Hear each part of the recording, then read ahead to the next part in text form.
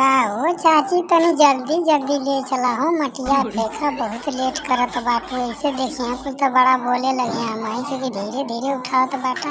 अरे हे अखिलेशवा, हमारा के मशीन बनौले बाटे का रे? हाँ, हम बूढ़ पुरानिया बाटी, धीरे धीरे न ले चलब, कितना दौड़ दौड़ के ले चला। अरे चाची कुल देखिए धीरे धीरे ले जात करा तो के तो कुल बोले लगी मोदी आयोग या नहीं जाना तो बाटू ना करा चलत बाना ये समय में। अरे ई कोनो बात भइल का? चाहे जेकर राज रहा मनरेगा तो मनरेगा महीना केहू खटी बड़ा मार रुपया देना मनरेगा में कि इतना मार खटी केहू। कैसन रे बुढ़िया बड़ा बोलत बाटी रे, का बात बा?